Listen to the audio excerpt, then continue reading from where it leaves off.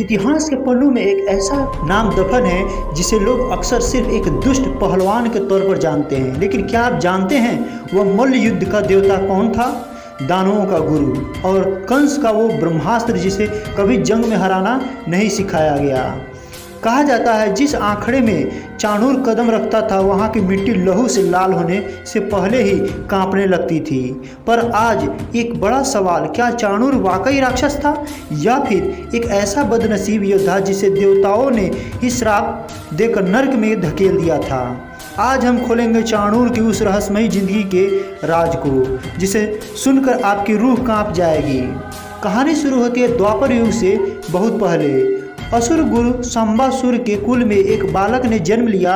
नाम रखा गया चाणूर। उसकी माता एक महाशक्तिशाली दानवी थी और पिता असुर सेना के मुख्य प्रशिक्षक।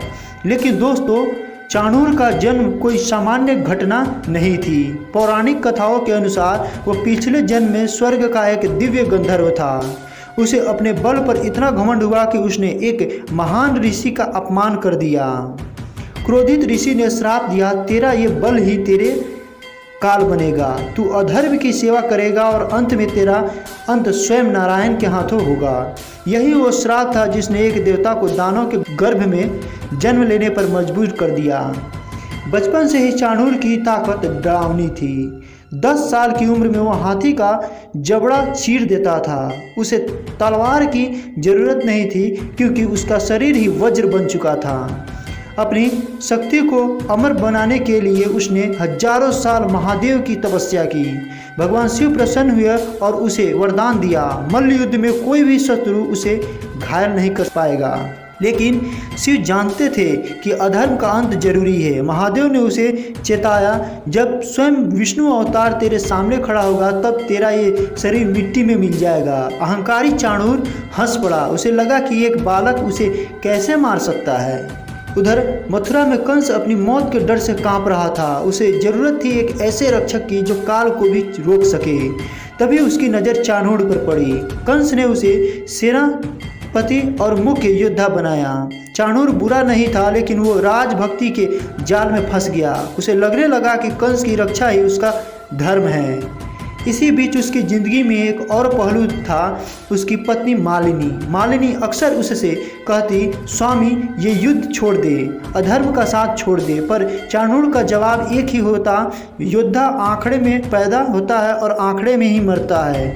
उसे नहीं पता था कि उसकी ये भविष्यवाणी बहुत जल्द सच होने वाली है। और फिर वो दिन भी आया।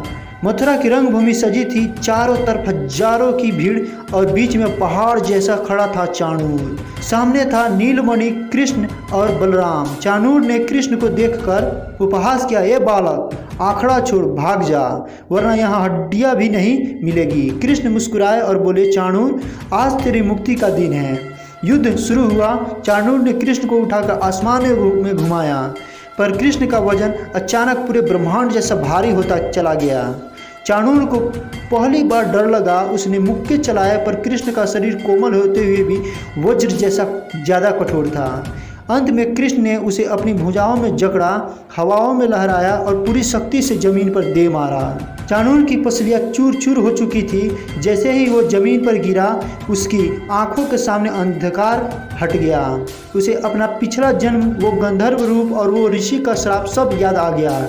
उसने सामने देखा तो उसे कृष्ण नहीं बल्कि चतुर्भुज विष्णु दिखाई दिए।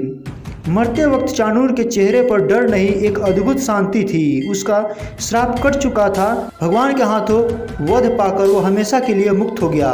जिसे दुनिया का एक क्रूर राक्षस समझती थी, वो असल में एक ऐसी तड़पती हुई आत्मा थी जो सदियों से अपने प्रभु के हाथों मौत का अर्थात मोक्ष का इंतजार कर रही थी। दोस्तों, चाणूर की कहानी हमें सिखाती है कि बुराई चाहे कितनी भी ताकतवर क्यों न हो, अंत में हमेशा धर्म ही विजयी होता है। अगर आपको एक अनसुनी कहानी पसंद आई हो तो इसे लाइक करें और कमेंट में जय श्री कृष्णा जरूर लिखें। ऐसे ही और रहस्यमयी कहानियों के लिए हमें फॉलो और सब्सक्राइब करना ना भूलें। मिलते हैं अगले नए वीडियो में। जय श्री कृष्णा। होगा है तो इस तरह वो राक्षस प्रभु के हाथों मारा गया और सदा के लिए इस राक्षस योनि से मुक्त होकर दिव्य धाम को प्राप्त हो गया। तो आपको कैसी लगी ये कहानी? अगर कहानी अच्छी लगी हो तो तो लाइक करो, सब्सक्राइब करो, फॉलो करो, ताकि हमें फिर से रोचक, रहस्यमयी और प्रभु की कृपा से भरी ऐसी अद्भुत कहानियाँ सुनने को मिलती रहें। हाँ।